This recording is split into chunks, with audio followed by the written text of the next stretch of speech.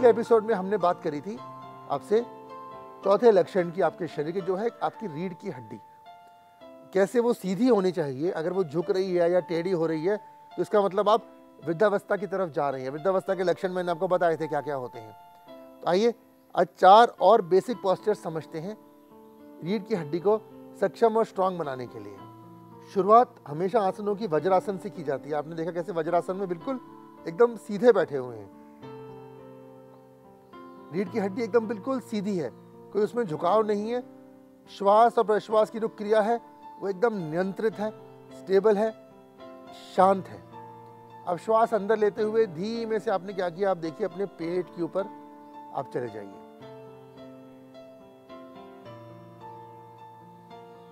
इन movements वगैरह आप ध्यान से देखें तो आप देखेंगे कि इसमें जल्दबाजी नहीं है, कोई उत्तेजना नहीं है, शांति है, स्थिरता है।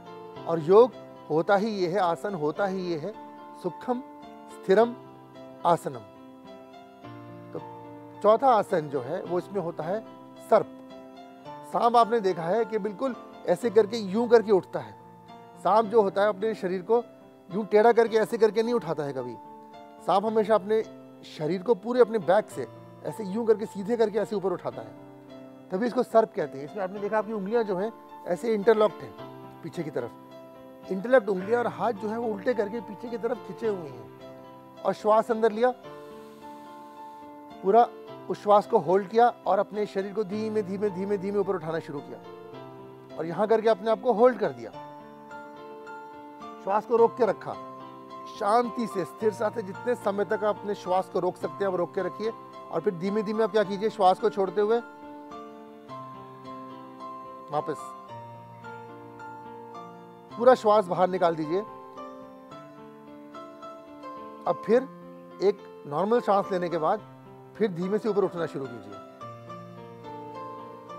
श्वास छोड़ते हुए फिर नीचे नीचे जब पहुंच जाए एक नॉर्मल सांस लीजिए, एक इनहेलेशन और एक लंबी एक्सहेलेशन।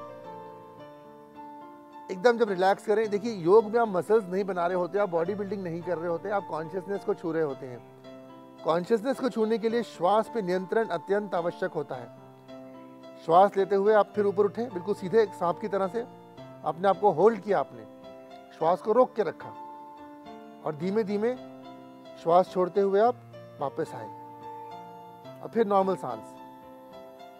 ये क्रिया प्रतिक्रिया आप करेंगे 7 बार, 7 टाइम्स। 7 बार करने के बाद अब इसकी वेरिएशन में जाएंगे। हम इसके बाद करेंगे सलब, पहले अर्ध सलब फिर करेंगे पूर्ण सलब। अर्ध सलब में क्या होता है, आपने देखा दोनों हाथ जो है आपके उस जमीन पे इस तरीके से फ्लैट है।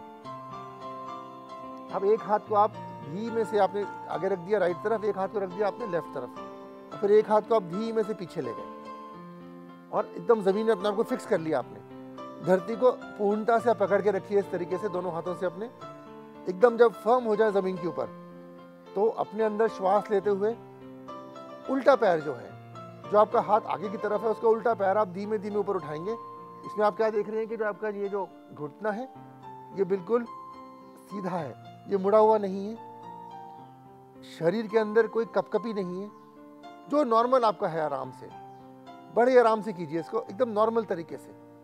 श्वास अंदर लीजिए, टांग को ऊपर उठाइए उल्टी और श्वास वापस छोड़ते हुए टांग को वापस नीचे लेके जाइए।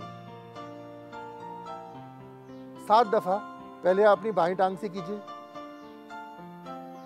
श्वास और प्रश्वास बहुत आराम से, जल्दबाजी में नहीं, उत्तेजना में नहीं।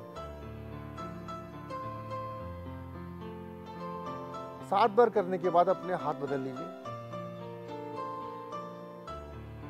वैसे ही अब दाहिनी टांग आप उठाएंगे, अब बायां हाथ आपका जमीन के ऊपर है और दूसरा हाथ एकदम जमीन पे ऐसे पकड़ रखा है। दोनों हाथों की पोजीशन मत भूलिए, जमीन को आपने ऐसे पकड़ रखी है स्टेबल, और वजन आपका रीढ़ की हड्डी पे पड़ रहा है।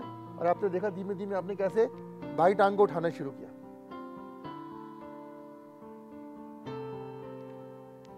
ऑल्टरनेट, जो आपका हाथ आगे है उसकी उल्टी टांग पीछे उठाएंगे, सांस को रोकते, जब फाइनल पोजीशन में पहुंचेंगे तो सांस को रोक दीजिए और फिर सांस छोड़ते हुए धीमे धीमे वापस आइए।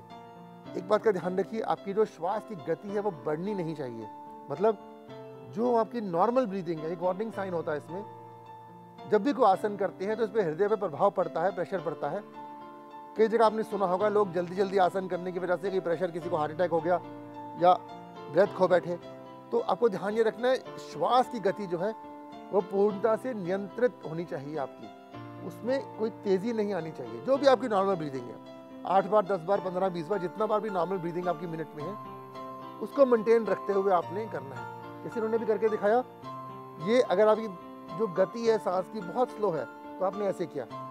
अगर गति आपकी सांस की थोड़ी तेज है तो अकॉर्डिंगली आप देखिए उसका कैसे करेंगे। ये देखिए थोड़ा स्पीड इनकी बढ़ गई। अब इनहेल किया, ऊपर गए और ज़्यादा देर सांस रोका नहीं, वापस एक्सहेल किया, नीचे आए। तो जो भी आपकी ब्रेथ की सीक्वेंस है, अपनी ब्रेथ की सीक्वेंस से आपको सिंक्रोनाइज करना है ये, और वैसे वैसे चलना है। तो ये हुआ आपका सलब। सलब के बाद आप पोस्चर में आ गए भुजंग के। भुजंग मतलब जैसे जो कोबरा होता है वो कैसे उठता है, एकदम ऐसे करके यूं करके ऊपर की तरफ उठता है। तो भुजंग आसन में आपको खास ध्यान क्या रखना है कि जो आपकी लोअर बैक का हिस्सा है, खासकर सारा का सारा वजन वहां पड़ता है, हाथों की सिर्फ सपोर्ट होती है बस। तो श्वास लेते हुए कैसे उठे आप देखिए।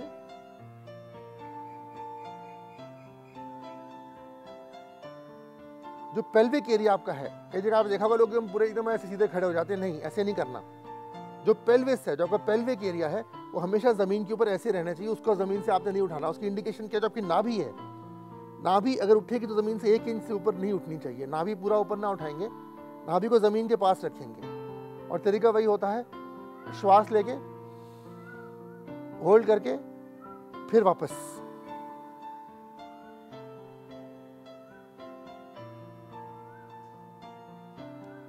7 दफा करेंगे इसको आप।